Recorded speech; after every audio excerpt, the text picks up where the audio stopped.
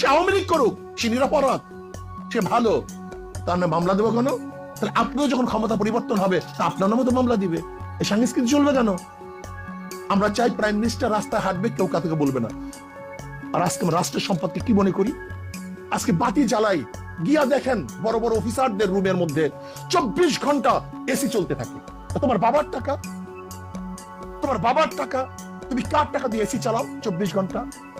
তুমি পাজরো গাড়িতে চলো, মার্সিডিজ গাড়িতে চলো, কার টাকা দিয়ে চলো? এই খয়রাতি ভিক্ষুক, আজকে হাজারো ভিক্ষুক মানুষ, বিধবা, মিসকিন, এতিম, তাদের টাকা দিয়ে তুমি গাড়ি বাড়ি, এসি, অমুক তমুক, তোমার নিজের টাকা দিয়ে হেলিকপ্টার কিনো, তুমি প্ল্যান করো তোমার টাকা দিয়ে, এটা তোমার ব্যক্তিগত টাকা।